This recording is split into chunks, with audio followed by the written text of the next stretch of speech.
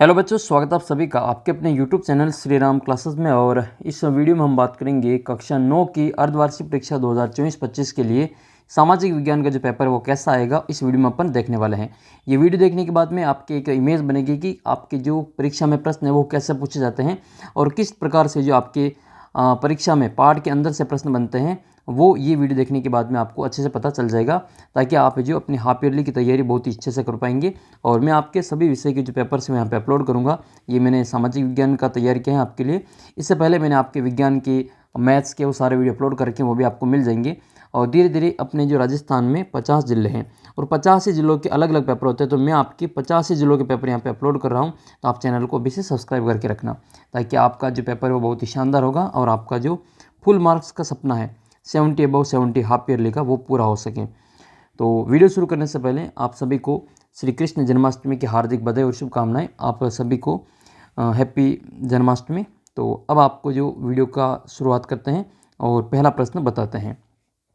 पहला प्रश्न आपके सामने है ये, नेपोलियन बोनापार्ट ने स्वयं को फ्रांस का सम्राट कब घोषित किया था? तो इसका जो सही आंसर है वो आपके हैं 1804। 2 दिसंबर 1804 को नेपोलियन बोनापार्ट ने स्वयं को जो फ्रांस का सम्राट घोषित किया था। इसका करेक्ट आंसर क्या होगा? फर्स्ट क्वेश्चन का जो करेक्ट आंसर वो ब ऑप्शन में दे रखा है 1804। 1804 2 दिसंबर 1804 का दिन था। उस दिन नेपोलियन बोनापार्ट ने स्वयं को फ्रांस का सम्राट घोषित किया था। नेक्स्ट क्वेश्चन है, औद्योगिक क्रांति औद्योगिक समाज एक पूंजीवादी समाज है, यह विचार किसका था? मोस्ट इंपोर्टेंट क्वेश्चन बनता है ये।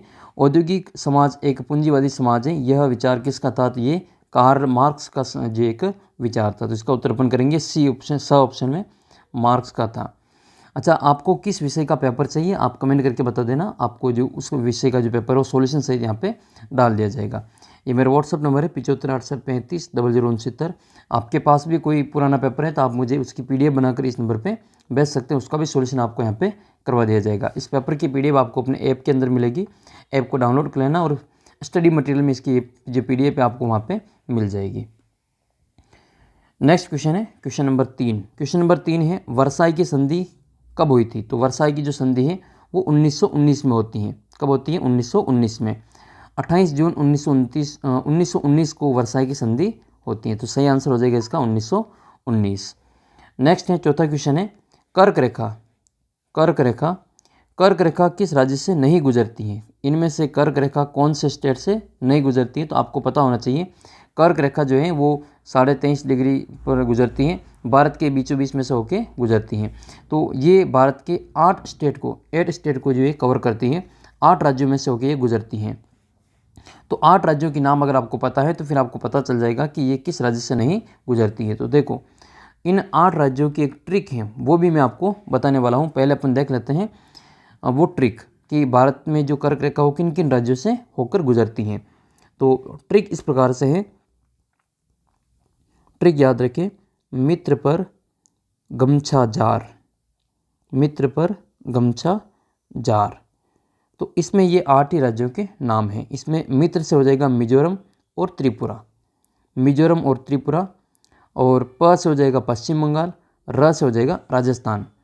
मित्र पर यानी कि मिजोरम, त्रिपुरा, पश्चिम बंगाल और राजस्थान, 4 स्टेट ये हो गए। फिर आपके हैं गमछा, तो ग से हो जाएगा गुजरात, म से हो जाएगा मध्य प्रदेश, छा से हो जाएगा छत्तीसगढ़ और जार से हो जाएगा झारखंड। तो इनमें से किसका नाम नहीं आया? राजस्थान का नाम आया, छत्तीसगढ़ का आया, त्रिपुरा का भी आया, लेकिन ओडिशा का नाम नहीं आया। तो इसका उत्तर अपन क्या करेंगे? उड़ीसा करेंगे। आपको अगर इसके अलावा कोई दूसरी ट्रिक याद है तो वो भी आप कमेंट करके बता सकते हैं। तो इसका उत्तर अपन क्या करेंगे? उड़ीसा कर देंगे, क्योंकि मित्र यानी कि मिजोरम त्रिपुरा, पर पश्चिम बंगाल राजस्थान, और गमछा में आपके गुजरात मध्य प्रदेश और छत्तीसगढ़ है, और जार से हो जाएगा झारखंड। अच्छा, आपको इनकी राजधानी भी अच्छे से याद होनी चाहिए। जैसे अपने राजस्थान की राजधानी क्या है? राजस्थान की राजधानी है जयपुर, उड़ीसा की राजधानी है भुवनेश्वर और त्रिपुरा की राजधानी है अगरतला। तो आप छत्तीसगढ़ की राजधानी कमेंट करके बताना। एक छत्तीसगढ़ की राजधानी और एक गुजरात की राजधानी, छत्तीसगढ़ और गुजरात इन दोनों की राजधानी कमेंट करके बतानी है। नेक्स्ट क्वेश्चन आपके हैं पाँचवा क्वेश्चन है कि पूर्वी घाट का सर्वोच्च शिखर कौन सा है? आपको बताना है कि इसमें पूर्वी घाट का सर्वोच्च शिखर कौन सा है? ऑप्शन अनाईमुड़ी, महेंद्रगिरी, कंचनजुंगा और खासी। तो पूर्वी घाट का जो सर्वोच्च शिखर वो है महेंद्रगिरी। तो इसका उत्तर अपन क्या करेंगे? महेंद्रगिरी करेंगे। अच्छा, इसके अलावा आप कमेंट करके बताना, आपको कमेंट करके बताना कि जो उत्तरी भारत है, हिमालय की जो सबसे ऊंची चोटी है, हिमालय का जो सबसे ऊंचा शिखर है उसका नाम क्या है और वो किस देश में स्थित है, उसकी ऊंचाई कितनी है? 3 चीज़ें बतानी है। हिमालय का सबसे ऊंचा शिखर, ऊंची पर्वत चोटी कौन सी है, और ये किस देश में स्थित है, और इसकी ऊंचाई कितनी है? और एक और बताना आपको, भारत की जो सर्वोच्च चोटी है उसकी ऊंचाई कितनी है और वो उस चोटी का नाम क्या है? नेक्स्ट क्वेश्चन है, अगला क्वेश्चन है कि निम्नलिखित नदियों में से कौन सी नदी ब्रंश घाटी से होकर बहती है? इनमें से कौन सी नदी ऐसी है जो ब्रंश घाटी से होकर बहती है? तो ऑप्शन आपके इसमें महानदी है, कृष्णा है, तुंगभद्रा है और तापी है। तो इसमें से जो तापी नदी है, ये तापी नदी, ये नदी जो ब्रंश घाटी से होकर बहती है। इसके अलावा तापी के अलावा एक नदी और है, नर्मदा नदी। तो नर्मदा नदी भी आपके ब्रंश घाटी से होकर ही बहती है। एक प्रश्न आपके ये है कि बंगाल का शोक है वो किस नदी को कहा जाता है? बंगाल का शोक किसको कहा जाता है? बंगाल का शोक। और एक आपको बताना है कि बिहार का शोक किस नदी को कहा जाता है? बिहार का शोक किस नदी को कहा जाता है? ये 2 आप कमेंट करके बताना, बंगाल का शोक और बिहार का शोक किस नदी को कहा जाता है। नेक्स्ट क्वेश्चन आपके हैं, इसका उत्तर तापी होगा, छठे का। 7वां क्वेश्चन ये है कि डेमोक्रेसी शब्द किस भाषा का शब्द है? देखो, शब्द जो है डेमोक्रेसी, ये तो इंग्लिश का वर्ड है, डेमोक्रेसी इंग्लिश में बोलते हैं, तो इसका उत्तर तो अपन करेंगे इंग्लिश का, अंग्रेजी का।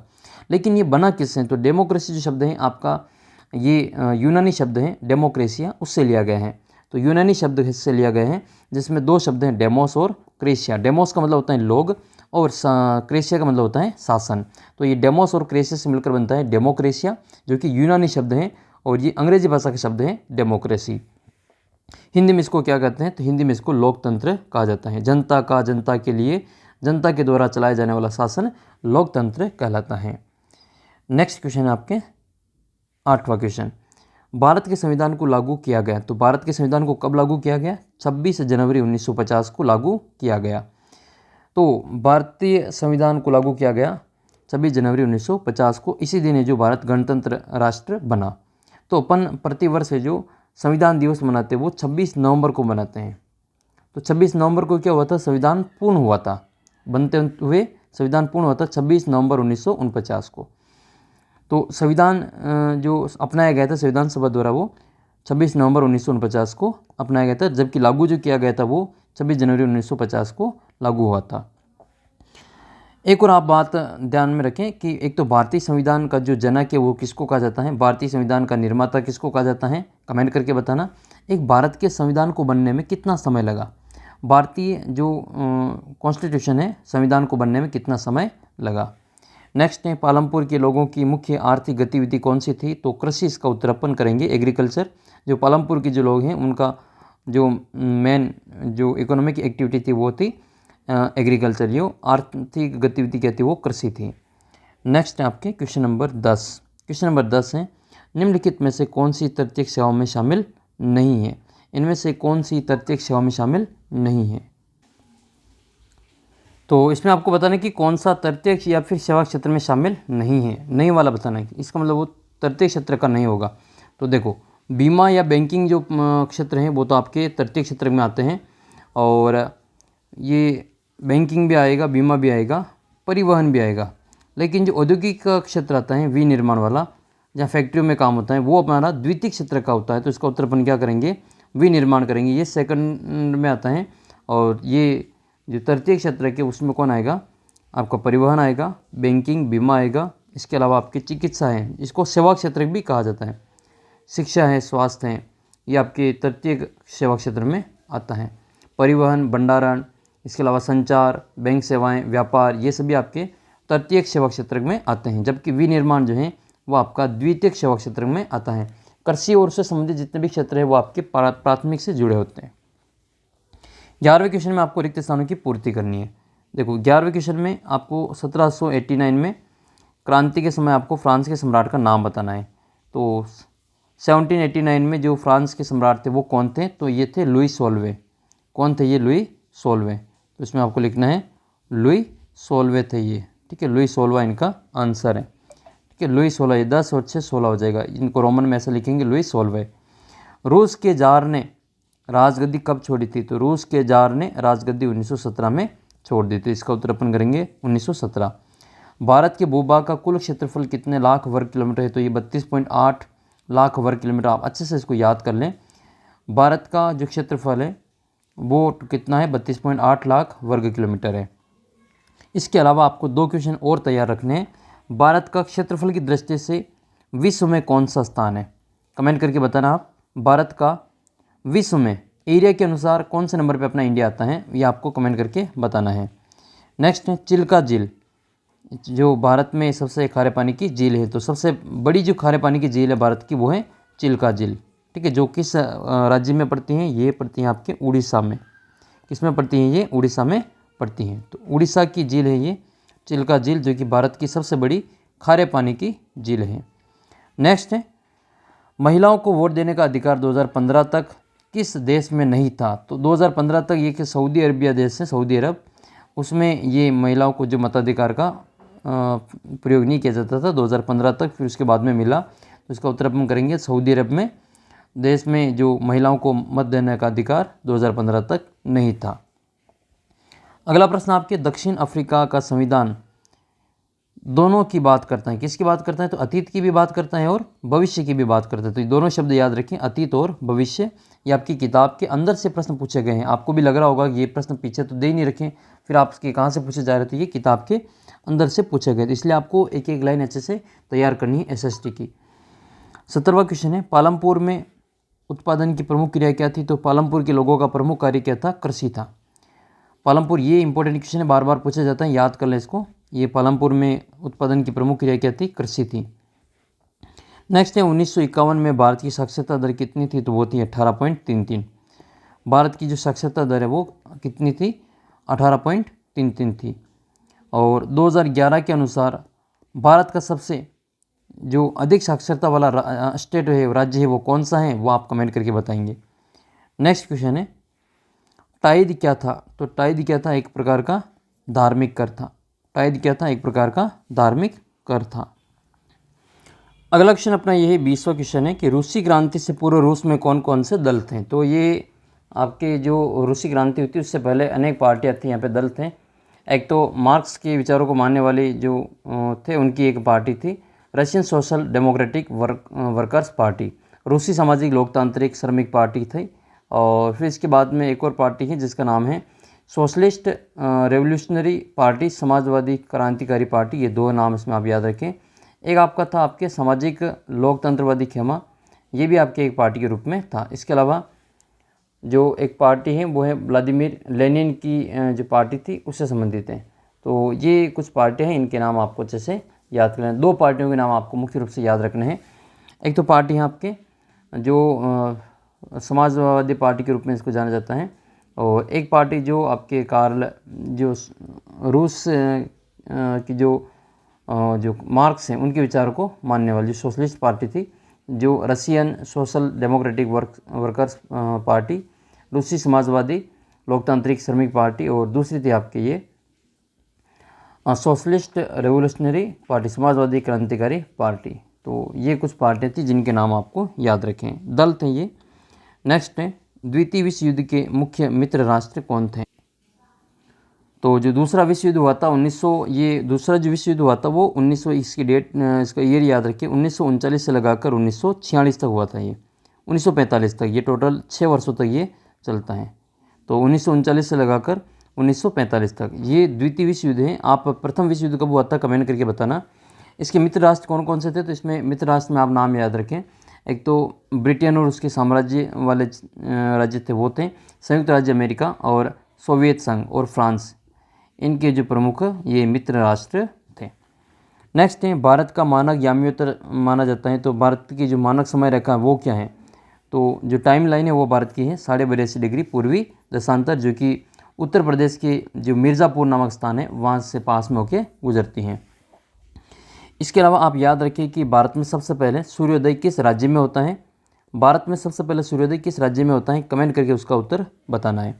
दून किसे कहते हैं, तो दून निम्न हिमालय और शिवालिक हिमालय के बीच जो लंबवत घाटी होती है उसको दून कहते हैं, जैसे कि देहरादून एक उदाहरण है इसका। नेक्स्ट है अपवाह द्रोणी किसे कहते हैं, तो एक नदी और उसकी सहायक नदियों द्वारा प्रभावित क्षेत्र को क्या कहते हैं, अपवाह द्रोणी कहते हैं। जैसे मान लो चंबल नदी है, तो चंबल नदी और उसकी जो सहायक नदियाँ जितनी भी बनास हैं, बेड़च हैं, गंभीरी हैं, ये सभी इसकी सहायक नदियाँ हैं, तो इसको अपन एक अपवाह द्रोणी कहते हैं। नेक्स्ट क्वेश्चन है, नेक्स्ट है लोकतंत्र के किन्हीं दो गुणों का उल्लेख करें। तो लोकतंत्र के दो गुण आपको बताने हैं। तो पहला गुण तो अपन ये बता सकते हैं कि लोकतंत्र जो सरकार होती है, लोकतांत्रिक सरकार, वो बेहतर सरकार होती है क्योंकि ये अधिक जवाबदेही होती है। दूसरा है कि सेकंड नंबर पे पहले तो ये कि लोकतांत्रिक सरकार बेहतर सरकार है क्योंकि ये जवाबदेह अधिक होती है। दूसरा ये कि लोकतांत्रिक जो निर्णय लेने की गुणवत्ता में सुधार करता है। तीसरा अपन लिख सकते हैं कि लोकतंत्र नागरिकों की गरिमा को बढ़ाता है। और चौथा है कि गरीब और कम शिक्षित लोगों की स्थिति अमीर और शिक्षित लोगों के समान रहती है। लोकतंत्र में सभी को समान है जो मताधिकार का जो अपने मताधिकार मिलता है लोकतंत्र में। नेक्स्ट है रंगभेद नीति के बारे में आपको बताना है। रंगभेद नीति क्या है, तो ये रंगभेद नीति क्या थी, तो रंगभेद की नीति में जो काले और गोरों के बीच में जो लोगों को अलग अलग निवास की जो प्रणाली थी, इसको ऑर्थोपेड का अपार्थेड कहा जाता है या फिर इसको रंगभेद की नीति कहा जाता है। ये साउथ अफ्रीका में हुई थी। नेक्स्ट है रबी और खरीफ की तीन तीन फसलों के नाम बताइए। मोस्ट इंपॉर्टेंट क्वेश्चन बनता है। रबी का मतलब जो सर्दी की ऋतु में होती है, खरीफ का मतलब जो बारिश की ऋतु में होती है।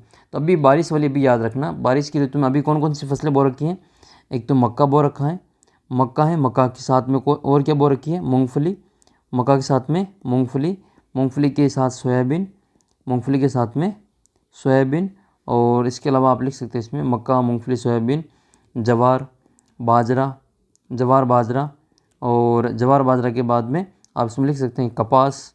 कपास भी आपकी एक खरीफ की फसल है। और इसके अलावा चावल, चावल को धान भी कहते हैं, चावल धान, ये आपकी खरीफ की फसल के उदाहरण हैं। तो फिर रबी के कौन कौन से होंगे, रबी जो शीत ऋतु में बोई जाती हैं, सर्दी की ऋतु में बोई जाती हैं। जैसे उदाहरण के तौर पे गेहूं की फसल, गेहूं आपकी रबी की फसल है। अब गेहूं के साथ में जितनी भी फसलें बोई जाती हैं वो सभी आपकी रबी की फसलें हो जाएगी। तो इसमें आप लिखेंगे गेहूं के साथ में सरसों, गेहूं के साथ में सरसों है, सरसों के साथ में आप लिखेंगे गेहूं, सरसों है, चना है, और इसके अलावा आप लिखेंगे अलसी है। ठीक है, अलसी एक दाल होती है और अलसी तेल भी बनाया जाता है इससे। तो ये जो चीज़ें हैं वो आप इसमें, मटर हो गया, मटर भी आपकी खरीफ की फसल का ही उदाहरण है। तो गेहूं, सरसों, चना, अलसी, मटर, ये सभी आपके रबी की फसलों के उदाहरण हैं। ये जो है सर्दी की ऋतु में बोई जाती हैं और गर्मी की ऋतु शुरू होती है उस समय काट ली जाती हैं। तो याद रखें इसको। नेक्स्ट है बेरोज़गारी का क्या अभिप्राय है, तो बेरोज़गारी की आपको परिभाषा यहाँ पे लिखनी है। अब जो आपके क्वेश्चन आएंगे वो बड़े क्वेश्चन आएंगे, मैं आपको सीधा प्रश्न बताऊंगा और उसका उत्तर आप अपनी किताब में से ढूंढ के लिखेंगे, क्योंकि सभी प्रश्न जो बड़े हैं तो फिर यहाँ पे आपको बोल के बताना इतना संभव नहीं है। तो मैं आपको क्वेश्चन बता देता हूँ, उनको आप याद रखें। हिटलर की ऐतिहासिक बेवकूफ़ी क्या थी, नदी प्रदूषण के 3 कारण बताइए, भारत एक पंथ निरपेक्ष देश है, उसको स्पष्ट करना है, किन्हीं 3 कारणों का उल्लेख करें जो भारतीय चुनावों को लोकतांत्रिक बनाते हैं, और हरित क्रांति पर संक्षिप्त टिप्पणी लिखी है। अच्छा, हरित क्रांति का जनक किसको कहा जाता है, ये आप कमेंट करके बताएंगे। जन्म दर से क्या अभिप्राय है, ये बताना है आपको। 1.5 नंबर में प्रश्न बनेंगे, और फिर आपके बड़े क्वेश्चन है 2-2 नंबर के। नेपोलियन के पतन के कोई 4 कारण बताइए, भारत की भौगोलिक स्थिति का वर्णन कीजिए। भारत की भौगोलिक स्थिति में आपको ये बताना है कि उत्तर से दक्षिण तक की लंबाई कितनी है, पूर्व से पश्चिम की तो चौड़ाई कितनी है, और सबसे उत्तरी अक्षांश कौन सा है। ठीक है, इसमें उत्तर में कौन सा अक्षांश है, दक्षिण में कौन सा अक्षांश है, देशांतर है, ये आपको बताना है। अक्षांश बताना है, देशांतर बताना है, पूर्व में कौन सा देशांतर है, पश्चिम में कौन सा देशांतर है, ये आपको इसमें बताना है। नेक्स्ट फिर आपके लोकतंत्र से क्या सही परिभाषा लिखनी है, और भारत के चुनाव आयोग के अधिकारों का संक्षेप में वर्णन करना है। नेक्स्ट है पालमपुर में बहुविध फसल प्रणाली को समझाइए, और दूसरे संसाधनों की बात, जनसंख्या भी एक संसाधन है, क्या आप इस कथन से सहमत है, स्पष्ट कीजिए। नेक्स्ट फिर आपके लघुत्तरात्मक के बाद में दीर्घ उत्तरीय प्रश्न, बड़े नंबर के 3-3 नंबर के प्रश्न। ये कि रूसी क्रांति और सोवियत संघ के वैश्विक प्रभाव को समझाइए, और गुमंतु कृषि किसे कहा जाता है, संक्षिप्त टिप्पणी लिखी है। राष्ट्रपति की प्रमुख शक्तियों का वर्णन कीजिए। और आपको अभी वर्तमान जो देश के राष्ट्रपति हैं उनका नाम आप कमेंट करके बताएंगे। निबंधात्मक क्वेश्चन आपके बड़े नंबर में आएंगे। 6 नंबर का क्वेश्चन है ये। भारत में निधनता के प्रमुख कारणों को स्पष्ट करते हुए उन्हें दूर करने के सुझाव दीजिए। ये आपका बड़ा क्वेश्चन बनता है। इसके अथवा में आपका एक और क्वेश्चन दे रखा है, निधनता उन्मूलन की वर्तमान जो सरकारी रणनीति उसकी चर्चा कीजिए। और फिर आएगा आपके एक 6 नंबर का बड़ा मैप। मैप में क्या दे रखा है, 400 से अधिक वर्षा वाले क्षेत्र कौन से हैं, 400 सेमी से अधिक और 20 सेमी से कम वर्षा वाले क्षेत्र। भारत में दक्षिण पश्चिम मानसून की दिशा बतानी है। भारत में उत्तर पश्चिम पश्चिमी विक्षोभ की दिशा बतानी है। कंचनजुंगा जिस पर्वत शिखर वो कहाँ स्थित है, नंगा पर्वत कहाँ स्थित है, ये बताना है। या फिर इसके अथवा में आपको दे रखा है, राजस्थान बताना है, गुजरात, दिल्ली, पंजाब, चेन्नई, कलकत्ता या कोलकाता, ये 6 प्रमुख स्थान आपको मैप में दर्शाना है। तो मैप तो मैं आपको एक अलग से वीडियो में आपको पूरा मैप समझा दूंगा, जिसमें आप आराम से मैप को कवर कर लेंगे और 6 में से 6 नंबर आप आराम से कवर कर पाएंगे। जैसा कि आपने 8वीं क्लास में भी मैप किया था, वैसे आपका 9th क्लास में भी मैप आएगा बड़े 6 नंबर का क्वेश्चन।